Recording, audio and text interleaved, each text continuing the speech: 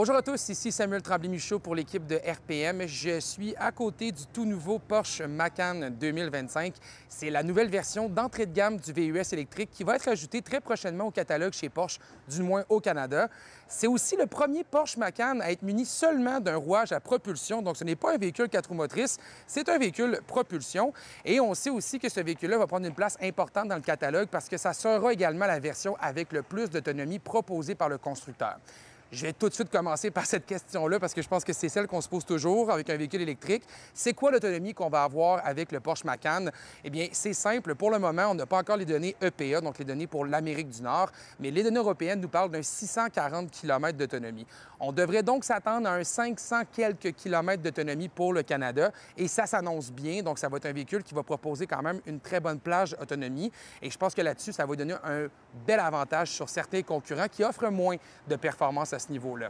On a toujours la même batterie qui est à l'intérieur, donc c'est une batterie de 100 kWh qu'on a. C'est muni également d'un seul moteur qui est à l'arrière. Vous comprendrez bien que c'est le moteur à l'arrière qui fait avancer l'ensemble du véhicule.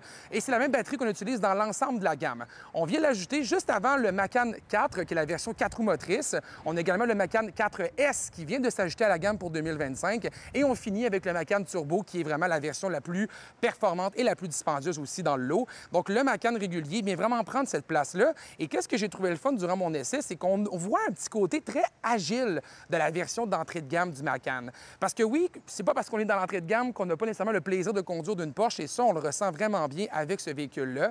On est d'ailleurs 110 kg plus léger que la version 4 du Macan. On sent le véhicule plus léger au niveau de la direction, très bien crampé également sur la route. Et je vous dirais qu'au niveau de la conduite, c'est plutôt irréprochable pour un VUS électrique. Le roulement est bon, le roulement est doux également. Et ça, c'est grâce à cette fameuse suspension pneumatique qu'on utilise sur le véhicule. Une suspension qui va s'adapter à tous les genres de conditions qu'on pourrait avoir. Donc, que ça soit, exemple, sur des chaussées plus difficiles ou sur des chaussées qui sont plus agréables à conduire, la suspension va vraiment venir jouer pour garder le véhicule dans un équilibre vraiment parfait. Et ça paraît vraiment beaucoup, je vous dirais. Donc, la conduite du véhicule est plutôt agréable. On a quand même un 355 chevaux de disponible et 415 livres-pieds de couple également d'offert. Mais ce que j'ai surtout aimé, c'est qu'à l'intérieur, on est resté très raffiné malgré qu'on soit dans la version d'entrée de gamme. Vous comprendrez que ça reste un véhicule de luxe quand même, là. On est dans des prix qui sont assez salés d'ailleurs. Et quand on voit à l'intérieur, bien là, on peut voir justement que le véhicule est resté plutôt très identitaire, très Porsche. On a un écran d'instrumentation de 12,6 pouces de disponible devant le conducteur qui est très facile à utiliser d'ailleurs. Et ça, je vais le donner à Porsche parce que c'est pas tout le monde qui est capable de faire des systèmes d'infodivertissement qui sont aussi conviviales. On a l'écran central de 10,9 pouces, un écran également pour le passager de 10,9 pouces également, et surtout un affichage tête haute qui est vraiment agréable à utiliser. Lorsque je suis justement sur la route, j'ai presque pas regardé l'instrumentation parce que l'affichage tête haute me permettait d'avoir toute l'information nécessaire, dont le GPS, la vitesse, la recharge, la batterie disponible, bref, très efficace là-dessus. Là. J'ai vraiment beaucoup aimé mon expérience. Même chose aussi pour les sièges. On a des sièges qui sont très confortables, tant à l'avant, à l'arrière, climatisés et chauffés, bien évidemment. L'espace est correct aussi. Je vais vous le montrer justement à l'arrière. C'est pas un véhicule qui est extrêmement spacieux, mais tu sais, pour quelqu'un comme moi qui fait un bon 6 pieds, 200 quelques livres, je vous dirais qu'on est plutôt bien. C'est sûr que si vous recherchez de l'espace à l'arrière, par contre, c'est peut-être pas le meilleur véhicule pour ça. Le dégagement pour les genoux est assez limité. Pour la tête, c'est également aussi limité. Donc, comme on peut voir, c'est pas le véhicule le plus spacieux à l'arrière, mais pour le confort, par contre, on est là.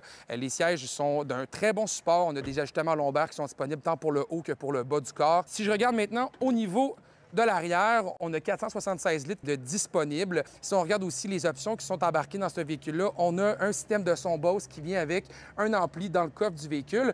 L'ampli prend beaucoup de place. Je vous dirais qu'on vient de perdre l'espèce de sous-coffre disponible, mais malgré tout, on a 476 litres qui sont offerts. Et si on va maintenant à l'avant du véhicule, bien là, on a le frunk, le fameux frunk qu'on appelle dans le langage, le coffre à l'avant qui est disponible et qui offre quand même un 84 litres d'espace, ce qui est plutôt généreux. Porsche a même fait des tests avec des valises de type carry-on pour les avions et on est capable de mettre sans problème une valise là. Donc, c'est un coffre qui est quand même pratique et au bout de la ligne, ce que je me suis rendu compte rapidement, c'est que le Macan, même dans sa version d'entrée de gamme, reste un véhicule agréable dans l'ensemble. On est vraiment bien assis, la puissance est juste. Comme je vous disais, on a 355 chevaux disponibles, donc c'est pas le véhicule le plus puissant dans tout l'alignement, mais au bout de la ligne, c'est amplement suffisant. Les accélérations sont assez vives aussi. Le fait que le véhicule soit propulsion, on sent une direction qui est beaucoup plus agréable et ça, j'ai vraiment apprécié mon expérience. Au total, tout, je vous dirais que j'ai vécu un bon moment à bord, mais maintenant, parlons chiffres parce que c'est là que ça se corse un peu plus. On sait que chez Porsche aussi, la liste d'options est infinie, mais si vous voulez acheter un Macan de base, donc de série, sans option, mais incluant les frais de transport et préparation, c'est un VUS qui va coûter aux alentours de 100 000 $. Donc oui, on est dans le véhicule de luxe, on est dans le véhicule haut de gamme ici. Ça reste que dans l'ensemble, la conduite est là, le plaisir également est là, vraiment, là, pour un VUS de cette taille-là, j'ai eu énormément de plaisir, mais on a aussi le côté pratique qui n'est pas négligé non plus. Qualité de construction est également bien présente. Donc, c'est sûr que c'est un VUS qui est assez dispendieux, mais qui, dans son ensemble, offre une très bonne performance. Et dans le segment des VUS électriques, reste une bébite à part entière. On va attendre avant de le recommander, bien évidemment. C'est un véhicule qui vient tout juste d'arriver sur le marché. C'est une nouvelle architecture aussi qu'on aura à tester davantage. Mais c'est un véhicule qui va rester en évaluation par l'équipe de RPM. Et si vous voulez découvrir l'ensemble des informations sur le modèle, bien, je vous invite à consulter le rpmweb.ca. J'ai un article qui est disponible pour vous avec mon essai complet du véhicule. Sur ce, je vous souhaite une très belle journée.